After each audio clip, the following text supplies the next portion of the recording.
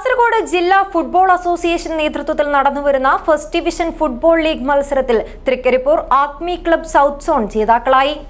Nadakkavu Rajiv Gandhi synthetic ടർഫിൽ നടന്ന മത്സരത്തിൽ പടന്ന ഷൂട്ടേഴ്സ് യുണൈറ്റഡിനെ 1-3 ഗോളുകൾക്ക് തോൽപ്പിച്ചാണ് ആക്മി ക്ലബ് സൂപ്പർ ലീഗിലേക്ക് കുതിച്ചത്.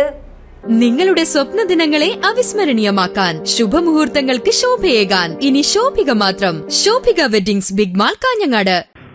പടന്ന shooters united, Trikaripur Acme, Maneesha Thadiyankoval, DFA Trikaripur, FC Elambachi എന്നീ 5 ടീമുകൾ ഉൾപ്പെട്ട സൗത്ത് സോണിൽ 4 കളികളും ജയിച്ച ആക്മി 12 പോയിന്റുകൾ നേടിയാണ് സൂപ്പർ ലീഗിലേക്ക് കടന്നത്.